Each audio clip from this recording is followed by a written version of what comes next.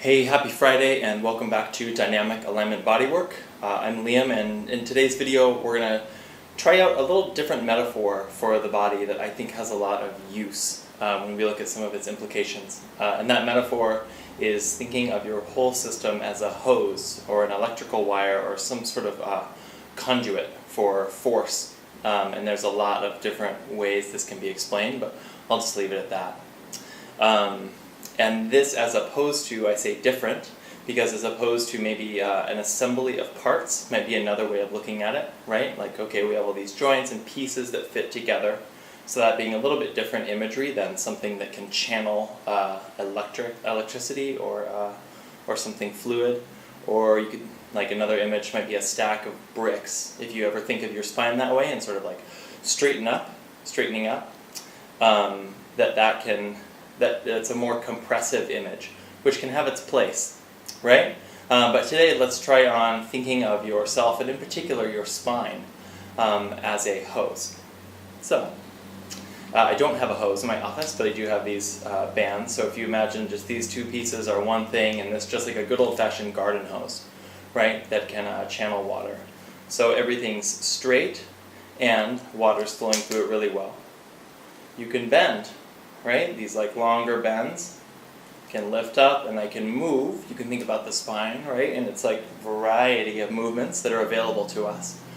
And I can do all that and it's fine. I can even throw a quick kink in the hose and that sort of thing can release. When I hold a kink in the hose and then I try and get water to flow through it, or you can think of if electricity flowed the same way, if we could kink it and stop it, all of a sudden, when I start moving these other ends, there's a lot different demand. There's either an excess of built-up pressure or a lack of fluid pressure, and our brilliant bodies have a way to compensate around that, right? We develop strength in some areas, we turn other areas off to deal with this kink in the hose. And these areas that we feel that express that relative overuse injury, or the relative underuse injury, and I say relative as in relative to the system, right, including this kinked area, can largely stem from this kink in the hose, and it's often not where it expresses itself. So what that might look like, standing up, we have my now ubiquitous sort of side view, right?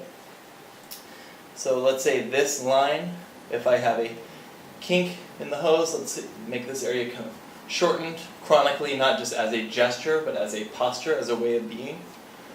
Now, I have a less stable base, and this is certainly oversimplifying it, but again, let's just try on this metaphor, right?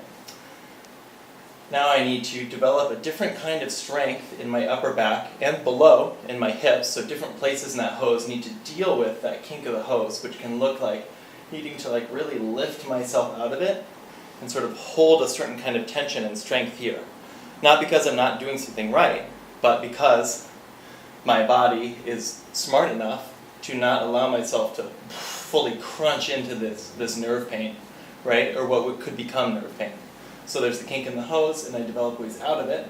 And what that can feel like is, stiff, tight, right? I've lost touch with my hips and legs, maybe a little bit. I develop a really common hip problem, can be a relative like underuse injury in our hips, where we're not actually using it that much. So you could think about that, again, as being like the water or energy flow on either side of this kink in the hose.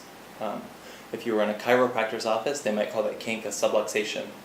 A Chinese medicine practitioner, we could call that like a blockage of qi. In my office, we'd call that, posterior tilt of your rib cage relative to your pelvis, so and a shortening through the lumbar area.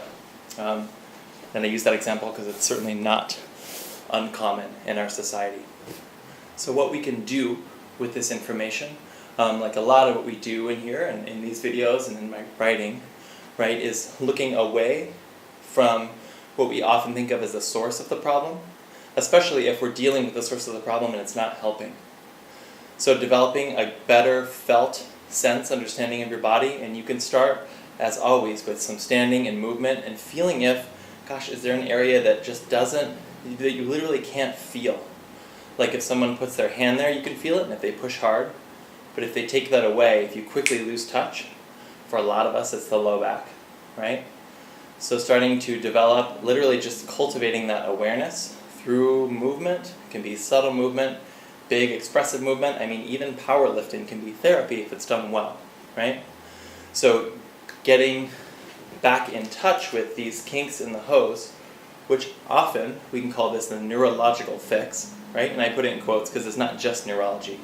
But us getting back in touch and starting to move better with these kinks more fully, all of a sudden like, oh, okay, this pressure starts to release, and then all of a sudden my whole system, my whole line above and below can return to their more natural state.